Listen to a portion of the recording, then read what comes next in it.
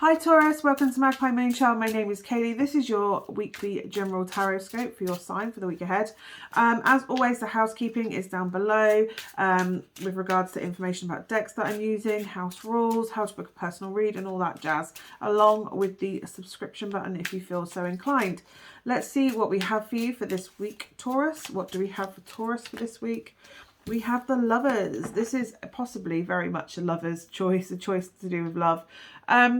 The Lovers is always a choice. If it is to do with a relationship, it's a reminder that when our relationship is healthy, we are together because we are choosing to be together over and over and over again. It's not somebody needs to be with somebody else. If there is an element of need and requiring and clinginess and codependency, then there are things that need to be looked at and worked on in order to make that relationship to be completely healthy again. But yes, the Lovers is to do with a choice. I mean, obviously we're going into Gemini season, and the Lovers is the astrological is astrologically tied to Gemini, and we are going into that season. Let's see what else we have for you with regards to this Lovers card, because on its own it can just be a choice. But let's get a bit more info with another card. We have the Six of Cups. There's sixes going on. It's about balance. It's about harmony. This is very much feeling like a loved one, to be perfectly honest. And it's almost like nostalgia to do with a decision in life. It's reflecting back over the relationship, over the time that you've had together. It's about being in nostalgia, reflecting back. Be careful not to get too stuck in nostalgia, because staying there and focusing too much on what has happened or what happened in what way, whether that's with this person or with someone else, it's not always if you're looking back to take the lessons learned, absolutely, but to take it back to beat someone over the brow with that nostalgia, whether that's yourself or someone else, that's not a healthy, or not, it's not an overly healthy thing to do in a relationship. Don't forget, you are choosing to be in this relationship. I feel like I have to keep reminding you that it's a choice that you're in this relationship. That going back over things, often sometimes when we're doing that, it is to do with we're doing it with rose-tinted glasses. We forget that the finer details of that moment. Only the most emotionally powerful memories tend to get through.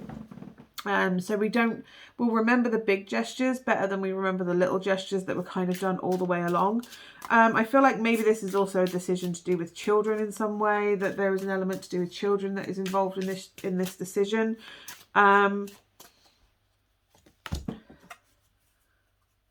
of Wands. Arguing has been going on. Is it worth me staying? Conflictions, obstacles in the way of the happy true path. Looking back with nostalgia to days where it was easier.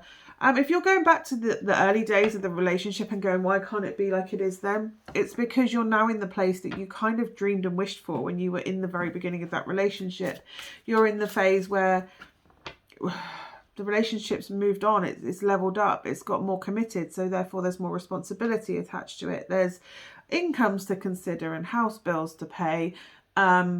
Concerns about which room do we decorate next, concerns about getting the children here, there and everywhere, the strains of having children or pets, or even just answering to each other or considering each other.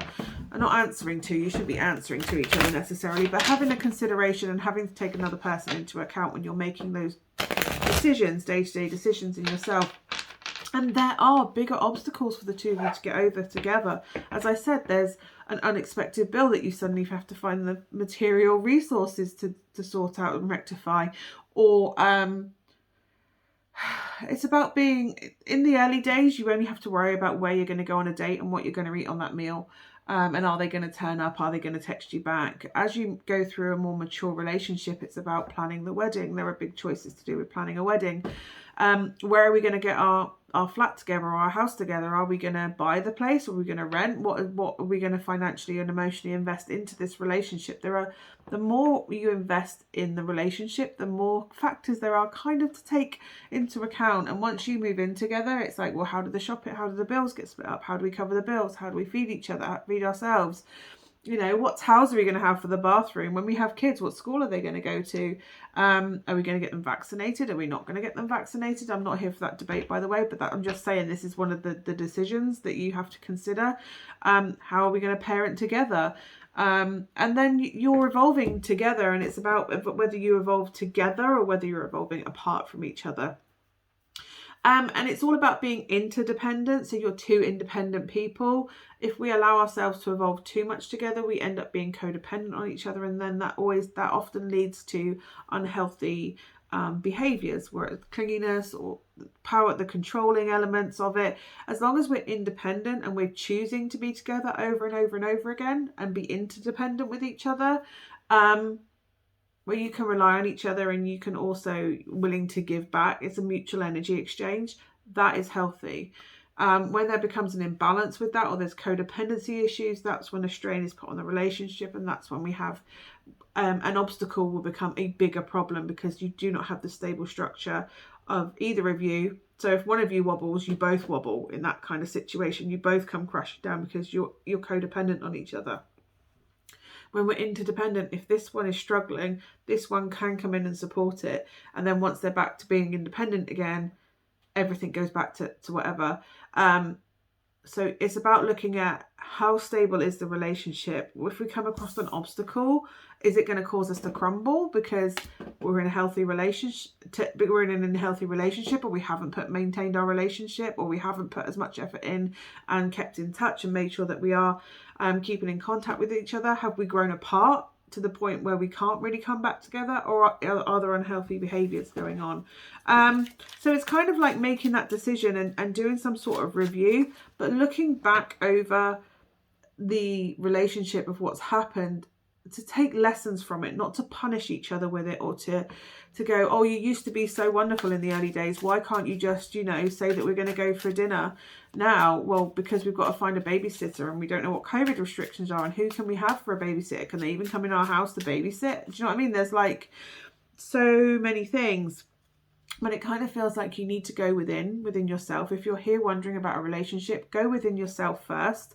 Not because there's anything wrong with you, and I don't mean that. It's about looking within yourself and making sure that you are looking at who you are as a person. Are you fully independent? Is there any shadow work that you need to do?